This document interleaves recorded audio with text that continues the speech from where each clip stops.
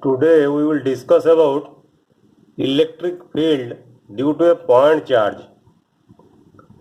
Consider a point charge Q placed in vacuum at the origin.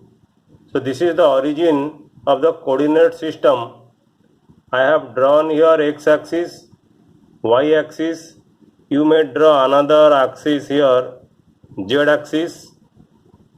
Okay. And place another point charge Q, small q, at the point P. So this is the point P where you place another small charge Q, such that OP is the R vector. It is the position vector R. As per Coulomb's law, the charge Q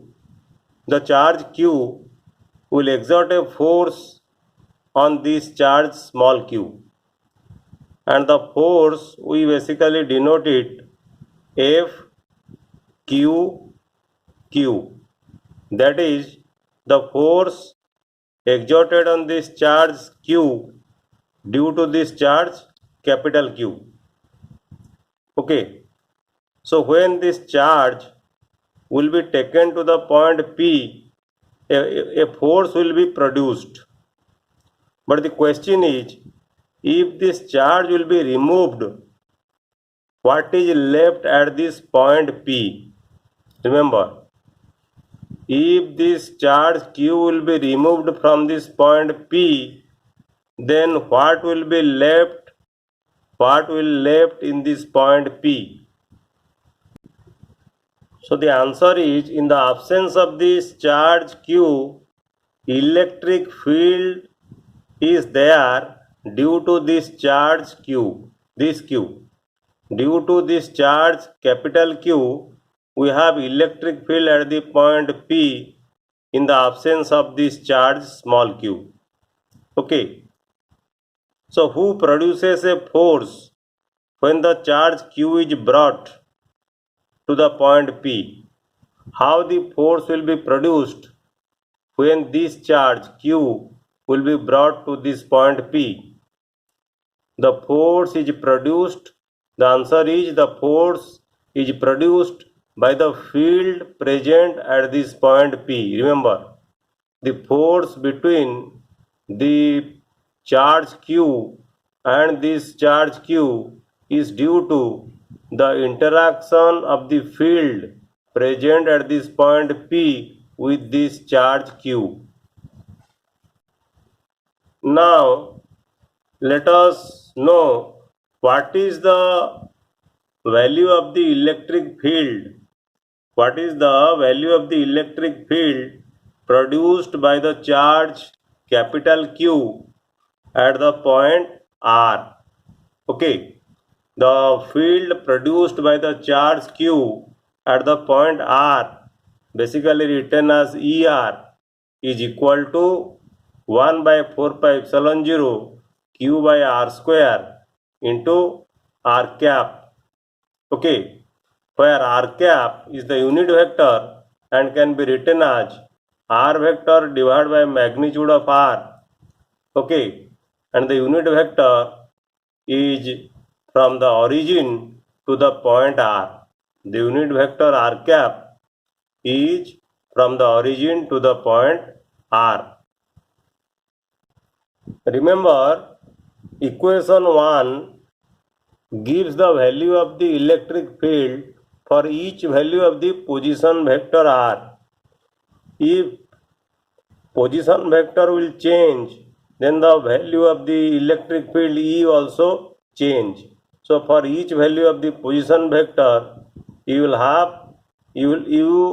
use the same equation. This equation is valid.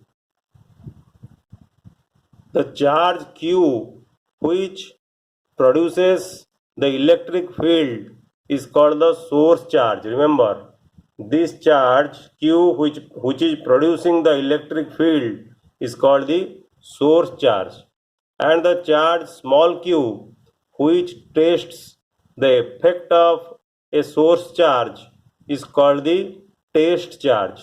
So capital Q, this is called the source charge, and the small q, this is called the test charge.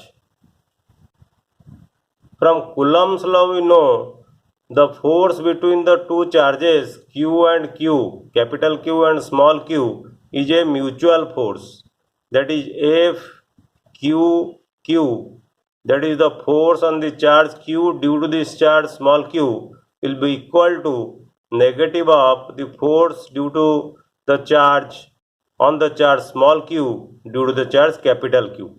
Okay, so F capital Q small q, this force is the force on q due to the charge small q, means interaction between the charge. You remember this force gives the interaction between the charge capital Q and the electric field of the charge small q. Okay, similarly F small q into capital Q, this symbolizes the force on small q due to the charge capital Q, means the interaction between the charge small q and the electric field due to the charge capital Q. Suppose you write the electric field at the point R like ER, vector ER, then the force on a charge small q due to this field ER is given by FR, that is equal to Q into ER, is not it? And this is another definition of electric field due to a point charge, that is equal to force is equal to charge into field, or field is equal to force divided by charge. The SI unit of electric field is Newton per Coulomb. Remember, for force Newton, per charge Coulomb, so Newton per Coulomb.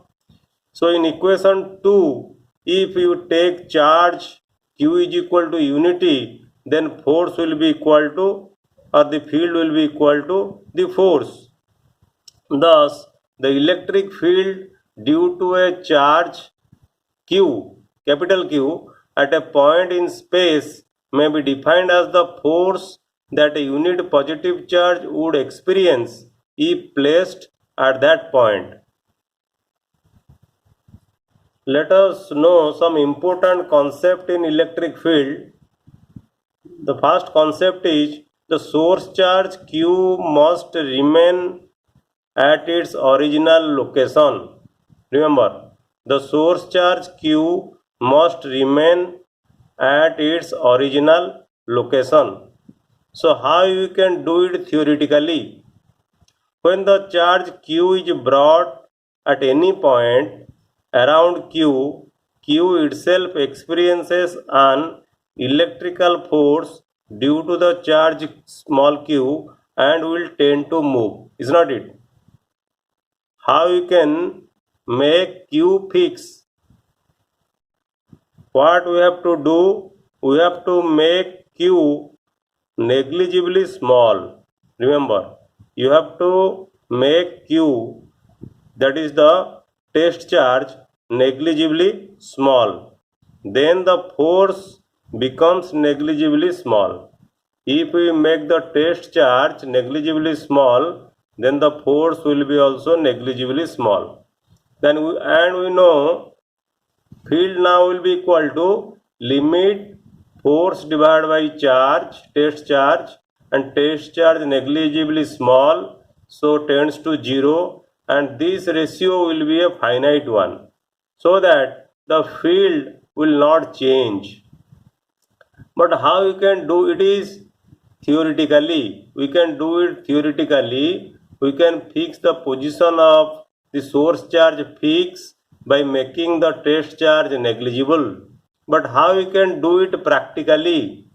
We can do it practically, or a practical way to keep Q undisturbed is the presence of Q. The presence of Q is to hold Q to its location by unspecified forces.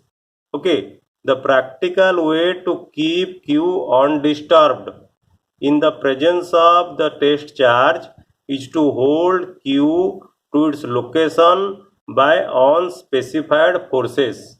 Unspecified force means the force which is not specific. We should not bother from which source is making this source charge undisturbed. Okay, but we should imagine that this source charge is undisturbed by unspecified forces.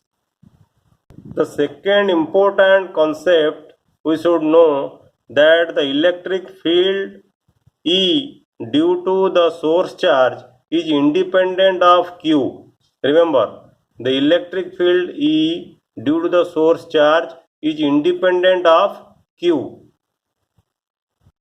How we can prove that the electric field E due to the source charge is independent of Q? We know electric field is equal to force divided by test charge. Force divided by test charge, and the force is directly proportional to the test charge, is not it? So force divided by the test charge will be equal to a constant. So the field, that constant is nothing but the field. So field does not depend upon the test charge. So field depends upon what? The field depends upon the space coordinate r. Remember, the field due to the source charge depend upon the space coordinate r. For different position of the test charge all over the space, we get different values of the electric field. Remember, for different values, we get different values of the electric field due to the source charge due to the different positions of the test charge. That means the field depend upon the space coordinate r. Since the field due to the source charge depends upon the space coordinate r, the field exists at every point in three-dimensional space. Remember, the field exists at every point in three-dimensional space. Remember, at equal distances from the source charge, the magnitude of the electric field is same. Okay, at equal distances from the source charge, the magnitude of the electric field is the same. For example, the magnitude of the electric field due to a point charge is same on a sphere with its point charge at its center.